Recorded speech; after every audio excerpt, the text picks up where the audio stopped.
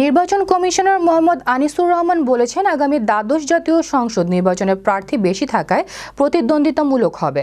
Ballot প্রসঙ্গে তিনি বলেন, যেখানে দুর্গম পাহাড়ি এলাকা কিংবা হাওর বেষ্টিত এলাকা রয়েছে তাদের ব্যাপারে আগামী 31 জানুয়ারির মধ্যে স্ব রিটার্নিং অফিস সহকারী রিটার্নিং অফিসারদের সাথে আলাপ করে প্রতিবেদন পাঠাবে। সেই অনুযায়ী ভোটের আগের দিন পর্যাপ্ত নিরাপত্তার মাধ্যমে পাঠানো হবে।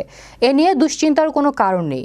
বৃহস্পতিবার দুপুরে দ্বাদশ জাতীয় নির্বাচনকে সামনে রেখে হবিগঞ্জে বিশেষ আইনশৃঙ্খলা বাহিনীর সভার পূর্বে সাংবাদিকদের বিভিন্ন প্রশ্নের জবাবে এসব কথা বলেন তিনি।